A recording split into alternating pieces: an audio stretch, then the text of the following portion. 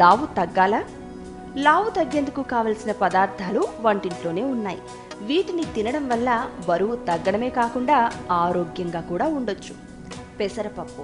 ఇందులో ఏ, B, C, D, ఈ విటమిన్లు ఉన్నాయి.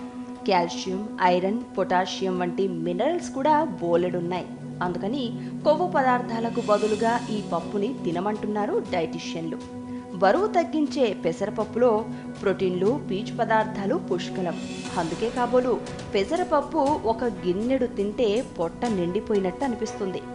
ఎక్కువసేపు ఆకలి వేయదు కూడా. బరువు తగ్గించడంతో పాటు జీవక్రియలు, వ్యాధి నిరోధక వ్యవస్థల్ని మెరుగుపరచడమే కాకుండా ప్రాణాంతక వ్యాధుల నుంచి కాపాడుతుంది కూడా.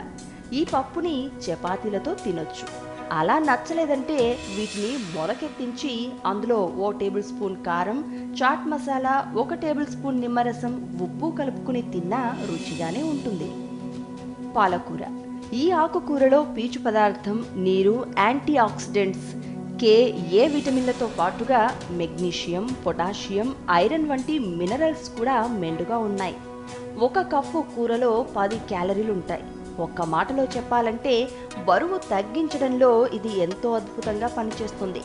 1 గిన్నె పాలకూర తింటే చాలు, కడుపు నిండిపోతుంది.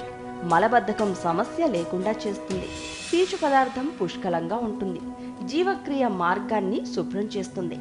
100 గ్రాముల కూరలో 26 కిలో క్యాలరీలు, 2 గ్రాముల ప్రోటీన్లు, 2.9 గ్రాముల కార్బోహైడ్రేట్స్, 0.7 గ్రాముల కొవ్వు, 1.14 మిల్లీగ్రాముల ఐరన్ ఉంటుంది.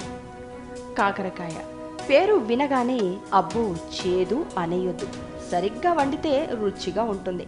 కాకరకాయని భోజనంలో చేర్చడం వల్ల మీరు ఖర్చు చేయాల్సిన దానికంటే తక్కువ క్యాలరీలు తింటారు.